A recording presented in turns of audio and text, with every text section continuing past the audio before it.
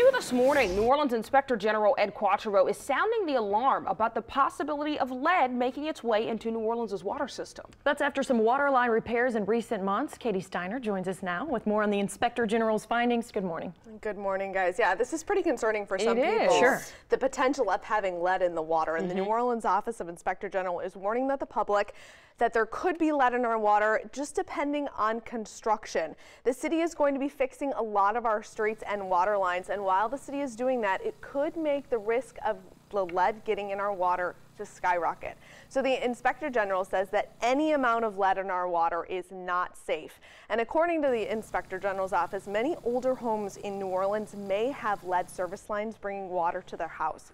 The OIG says that the city and the water board doesn't tell people about the risk before it starts construction. Look, for this to be successful, we have to convince every citizen that when they're notified that there's going to be construction, they know what to do.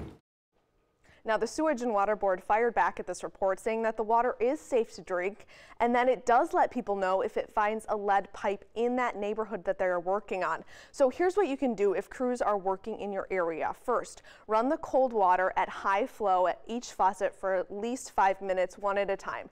Then after flushing your faucets, clean your aerators where those lead particles might be traced.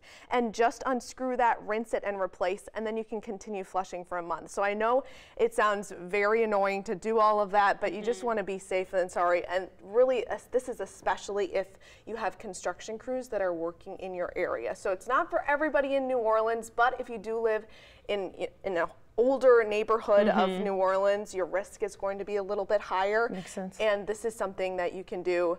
And the city does say that if they are going to be working on they know that there's a lead service line there, they will be telling you.